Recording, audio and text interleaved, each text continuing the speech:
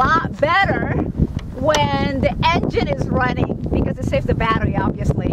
And this connected, basically connected with the power motor and everything. So here's the little gear here that goes up and down. Pull it basically here.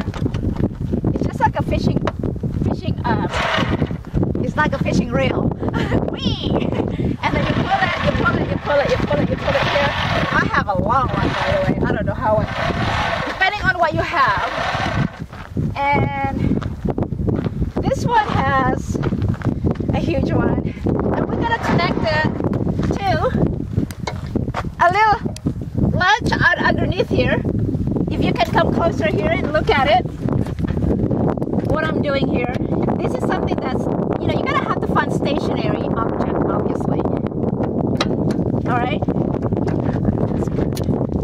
That it goes click. And then that's what you do.